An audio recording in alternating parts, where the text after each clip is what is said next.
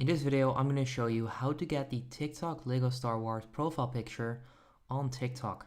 So before you can actually do this, you want to go to Instagram and go to the profile that I'm on right now, which is Lego Star Wars underscore army. Then on this profile, you can actually find all of these different characters, and you basically want to select the one that you want as your profile picture. So I'm just going to go with this one right there.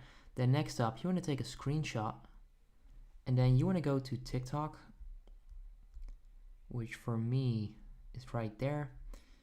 Then once you open the app, you want to click on me. You want to click on your profile picture right there. Then you want to click on change. So if you're wondering why I have a weird profile picture, I did this for another video of mine. Anyway, click on change, then click on select from gallery. And then you can actually click right there, click on confirm.